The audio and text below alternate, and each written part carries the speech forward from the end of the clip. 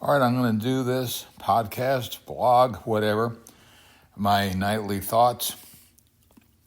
And I'm hoping that I can get the text and the audio and put it in my blog. That's all the technical crap. That's what I guess I'm comfortable focusing on. But what's going on? Well, what's going on is I've met a young lady that I truly, truly care about. I almost said love. Yeah, I love her. I love her. Now, is it based on decades of knowing each other or even a year or even whatever?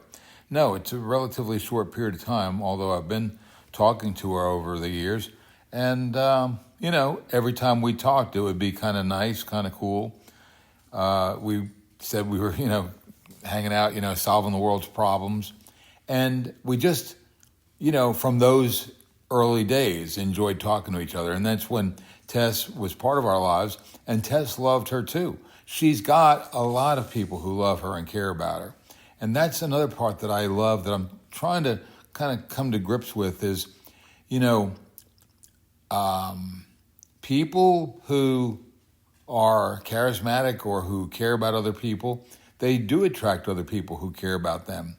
So, in other words, thinking that supposedly she won't need you or want you because she's popular and connected with other people in her life, that's just nonsense. And so, that's part of this whole discovery is that we're both senior citizens. Right now, we're both pretty almost disabled.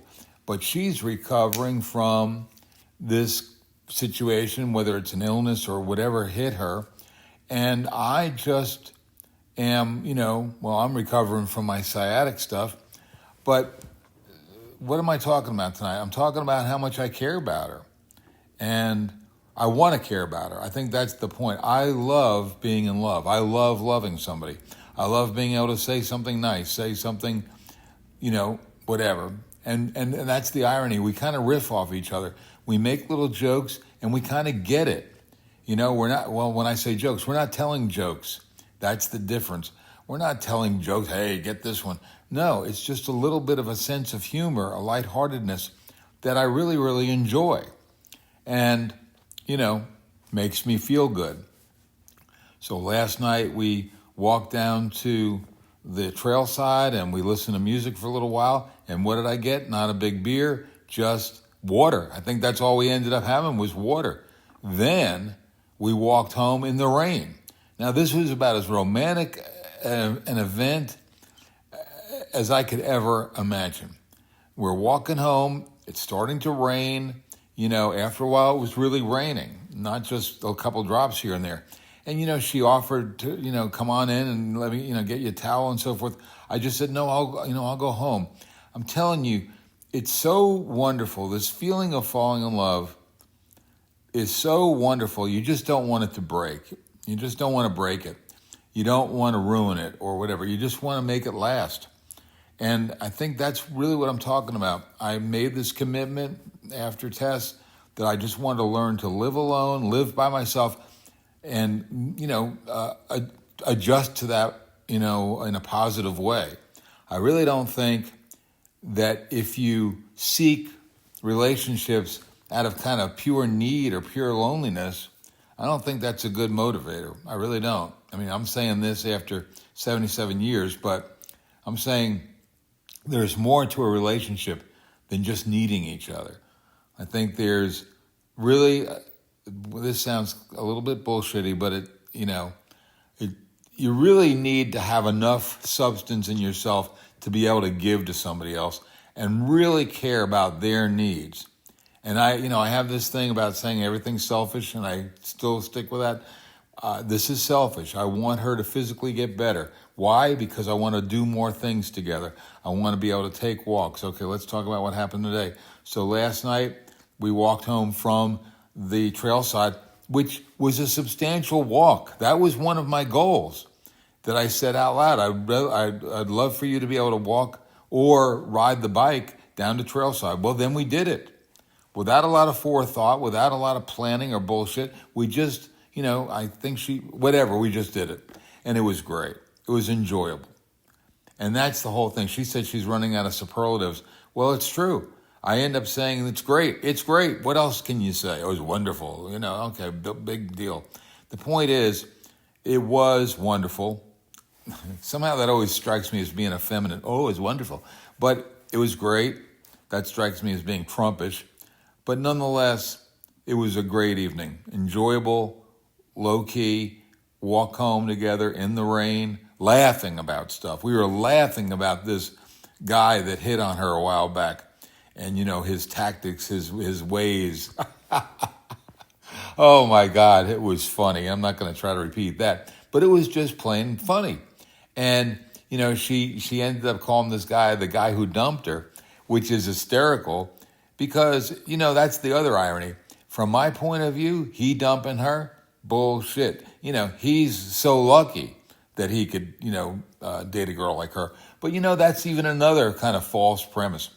People who find each other, who enjoy each other, it's not whether somebody's luckier than the other one and, better, therefore they're luckier, some nonsense. If you enjoy each other, you enjoy each other. You respect each other and you gain from each other. And, that's what the relationship is. That's why you love each other. And that's why I love her. We have great conversations. They're not forced. Well, right now they're new.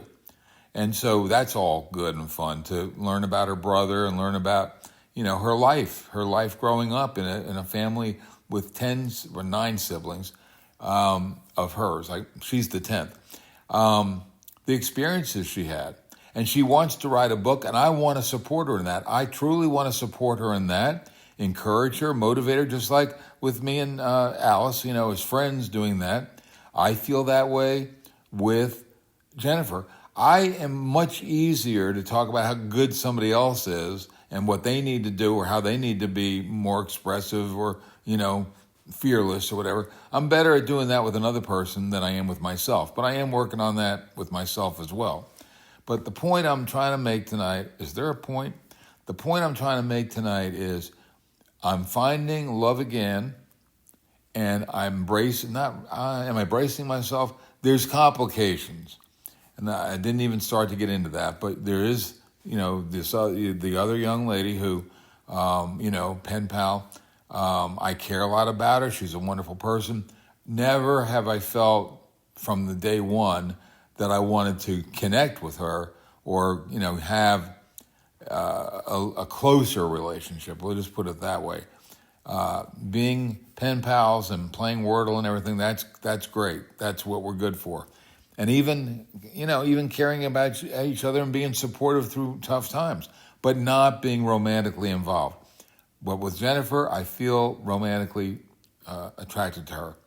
And I know that from my point of view, this ain't teenage love. And it's not 20s or 30s or 40s or even 50s love. It's old age love. But I feel that I can be affectionate with her. I want to be affectionate with her. And I love what I'm experiencing so far. And I think she is too. Well, I know she is. And that's what makes it okay. And that's what makes it good. It's a mutual experience. So this is my blog. I'm going to see if it translates to text. And see you later, alligator. Bye-bye.